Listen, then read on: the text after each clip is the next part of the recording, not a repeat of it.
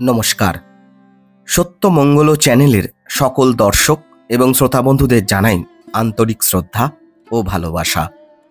আজ আমরা এই ভিডিওর মাধ্যমে একটু জপ ধ্যান প্রসঙ্গে আলোচনা করব। আলোচনাটি আমরা করব স্বামী অখণ্ডানন্দজি মহারাজের চিঠি থেকে। একবার মহারাজ এক ভক্তের চিঠির প্রশ্নের উত্তরে লিখছেন, শয্যা ত্যাগ করে শ্রী গুরুর ধ্যান করতে কোনো আপত্তি নেই। শৌচাদি প্রাতকৃত্য সমাপন করে ধ্যান করা ভালো। শয্যা ত্যাগ করে শ্রী গুরুকে ভক্তি সহকারে প্রার্থনা ও আত্মনিবেদন করলেও চলে। হাত মুখ প্রভৃতি ধোয়ার পর শ্রী গুরুর ধ্যান করা ভালো। শ্রী গুরুর পাদপদ্ম স্মরণ মননকালে জপের দরকার তেমন নেই। শুধু শ্রী গুরুমূর্তি চিন্তা করবে, বা বড়জোর বিশেষ প্রয়োজন বোধ হলে শ্রী গুরু শব্দটি মনে মনে জপ করতে পারো।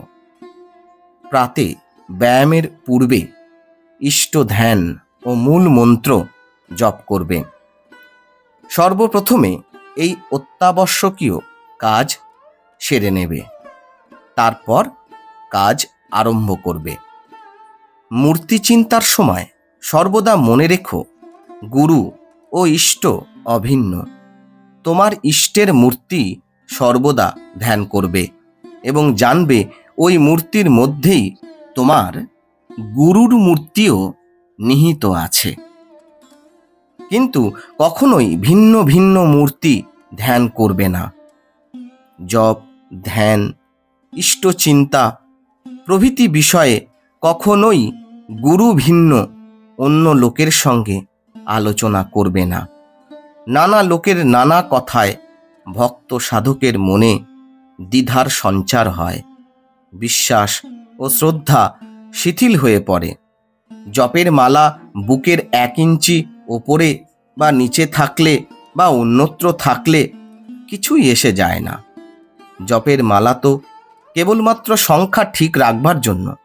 জপের প্রকৃত লক্ষ্য হল যে জপের মন্ত্রে ধীরে ধীরে সমস্ত মন ডুবে যায় কিনা, জপ করতে করতে ইষ্টমূর্তি সজীব হয়ে অন্তরে দেখা দেয় কিনা। মালার সঙ্গে সম্পর্ক অতি সামান্য। মালায় অসুবিধা বোধ করলে তুমি হাতের কর গুনে জপ করো। জপ ধ্যানে মন বসে না বলে এত নৈরাশ্য প্রকাশ কেন করো? কত জন্মের ধর্মপথ ভোলা মনকে দুদিনেই ধর্মপথে সম্পূর্ণভাবে নিযুক্ত রাখা কি সম্ভব? কখনোই নয়।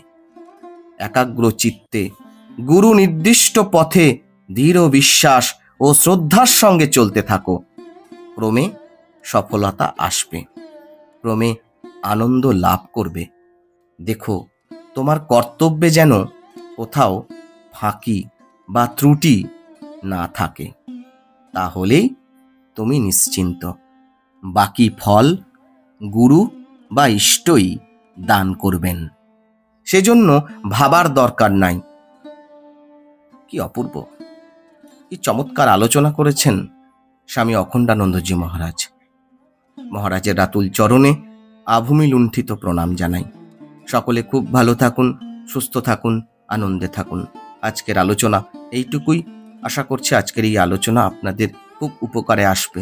আর সত্যিই যদি উপকারে আসে তাহলে প্রতিদিনের মতো ভিডিওটিতে একটি লাইক, শেয়ার, কমেন্ট ও চ্যানেলে যারা নতুন এসেছেন তারা চ্যানেলটিকে সাবস্ক্রাইব করে সত্যমঙ্গল চ্যানেলের পাশে থাকবেন। ধন্যবাদ।